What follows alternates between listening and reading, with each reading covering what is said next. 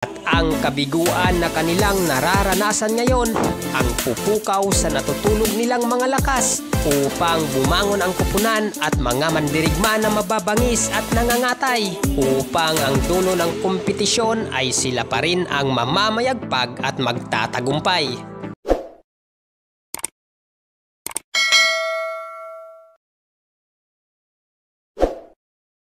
Kings have a chance to take the lead here. Wiggins with 5 fouls. Monk drives on him. Monk hangs and he scores! Ang daming dramang nangyari. Sangkatutak na mga fouls at sandamakmak na mga turnovers ang itinapon ng Golden State Warriors matapos silang makambak ng Sacramento Kings at tuluyan na silang nalaglag sa in-season tournament. Isang masakit na pagkatalo ng JSW dahil sila ang nakakontrol ng kalamangan sa simula ng laro hanggang sa malapit ng matapos. Ngunit sa dulo, sila pa ang tumikom, nabigo at kinapos.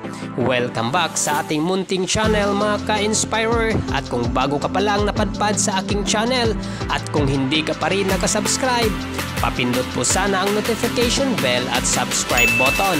Pa-like and share na rin po. Maraming salamat. Bigo ang Golden State Warriors na maka-advance sa quarterfinals ng NBA in-season tournament nang makambak win ng Sacramento Kings ang laban. Kaya ang JSW ngayon ay fiestang-fiesta na naman sa social media. Sa katatawanan at komento na wala na sila halos na maibubuga sa liga dahil sa mga mahalagang laro at halos palagi na rin silang tumitiklop at madali na rin silang natitibag at nagigiba. Parang malayo na rin sa dating mga mababangis na mandirigma. Kaya hindi maitatanggi at may pagkakaila na talagang ang kanilang mga core players ay nagkakaedad na rin at tumatanda. Na kahit ang Splash Brothers ngayon na si Stephen Curry at Klay Thompson ay meron na ring banta na magwawakas na ang kanilang tambalan dahil marami na ring hindi sang-ayon, naiinis at nasusuklam. Dahil kahit gaano kalaki ang kanilang kalamangan sa katatapos lang nilang laban ay nalusaw lang ito pagsapit ng fourth quarter at bago tumunog ang buzzer sa pagtatapos ng kanilang laban, Warriors pa rin ang tumaob at umuwing luhaan.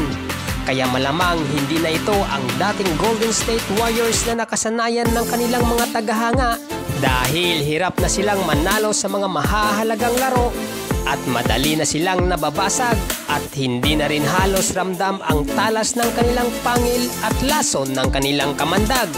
At kahit bumalik na si Draymond Green pagkatapos ang kanyang 5-game suspension, nasilat pa rin sila ng Sacramento Kings at pinauwing may kahihiyan, tinanggalan ng angas at yabang.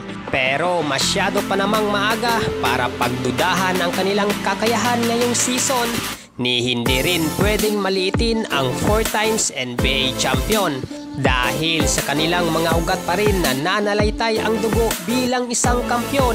At ang kabiguan na kanilang nararanasan ngayon ang pupukaw sa natutulog nilang mga lakas upang bumangon ang kupunan at mga mandirigma na mababangis at nangangatay upang ang dulo ng kompetisyon ay sila pa rin ang mamamayagpag at magtatagumpay. Kaya sa ating buhay ay huwag tayong magpapaapekto sa mga negatibong komento. Patuloy lang na mag-focus kung paano tayo magiging masaya at makontento. Huwag hayaang maging hadlang ang mga negatibong puna at komento ng mga tao ni hindi ito makakatulong sa ating pag-angat at pag-asenso. Ito po ang Inspire and Sports PH, kwentong may aral at inspirasyon. Pa-like, share, papindot po sana ang notification bell at subscribe button.